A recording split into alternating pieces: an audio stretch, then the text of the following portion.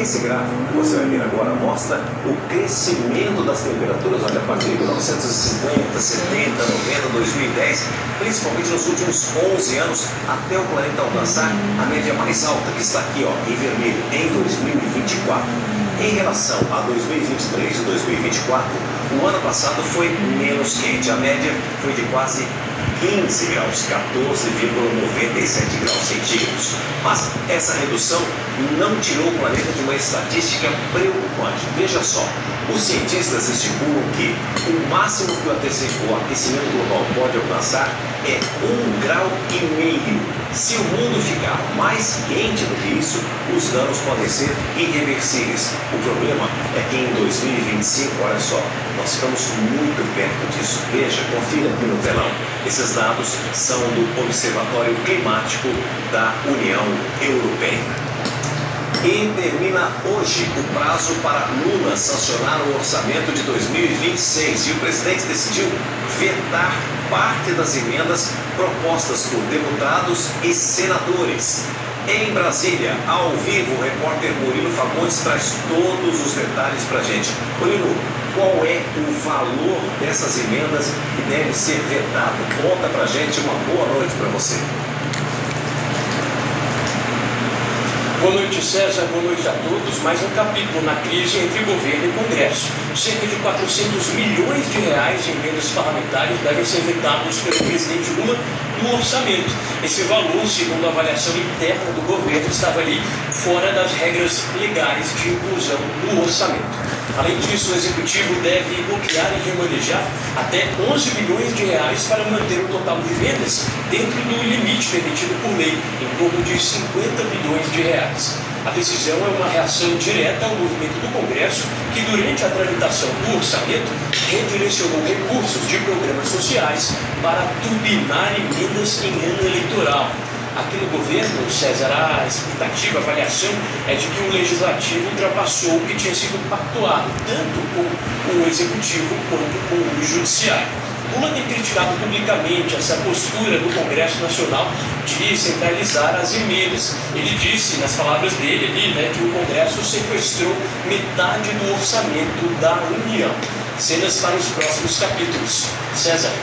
E certamente esses próximos capítulos serão acompanhados de perto pelo Murilo, que vai trazer todas as atualizações aqui no SBT Brasil. Mas, na minha opinião, Murilo, o governo sempre gasta além do que deveria. Essa é a minha opinião.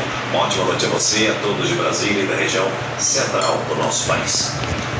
O FBI, que atua como a Polícia Federal dos Estados Unidos, realizou hoje uma operação de busca na casa de uma repórter que cobre a Casa Branca. Segundo o jornal The Washington Post, o veículo para o qual a jornalista Hannah Nathanson trabalha, os agentes apreenderam celulares e um notebook.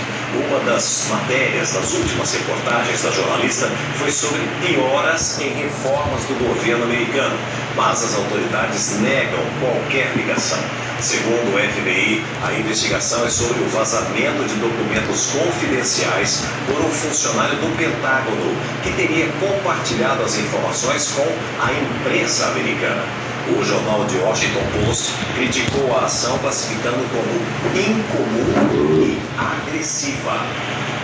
Nos Estados Unidos, terminou sem acordo o encontro para discutir o futuro da Groenlândia. O governo Donald Trump defende maior presença e influência na região por uma questão, segundo o presidente americano, de segurança nacional americana.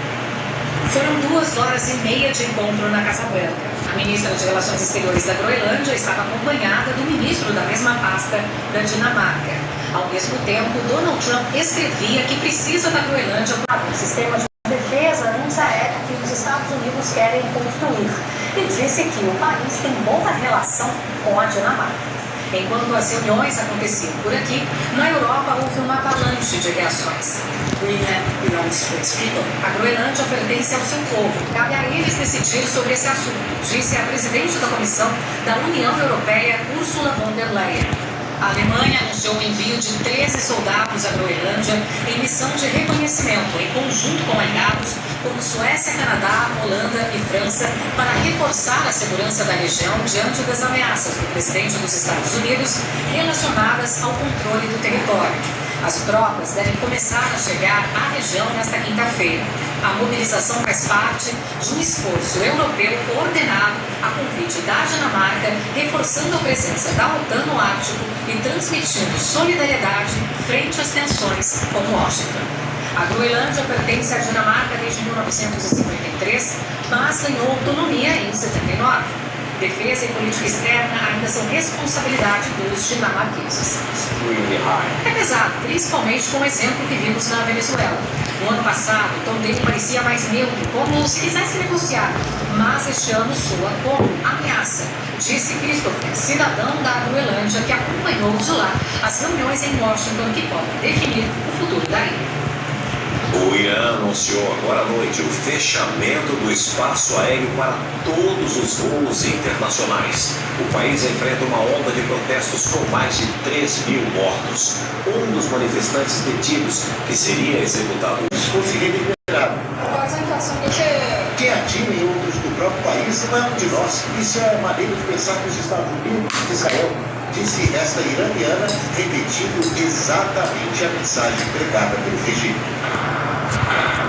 O chefe da Corte Suprema do país defendeu punição imediata para os que, segundo ele, decapitaram e queimaram pessoas nas ruas. Se fizermos em alguns meses, não terá o mesmo efeito, justificou o Ghulam Hussein, manifestante preso na última quinta e condenado à morte 2 dias depois.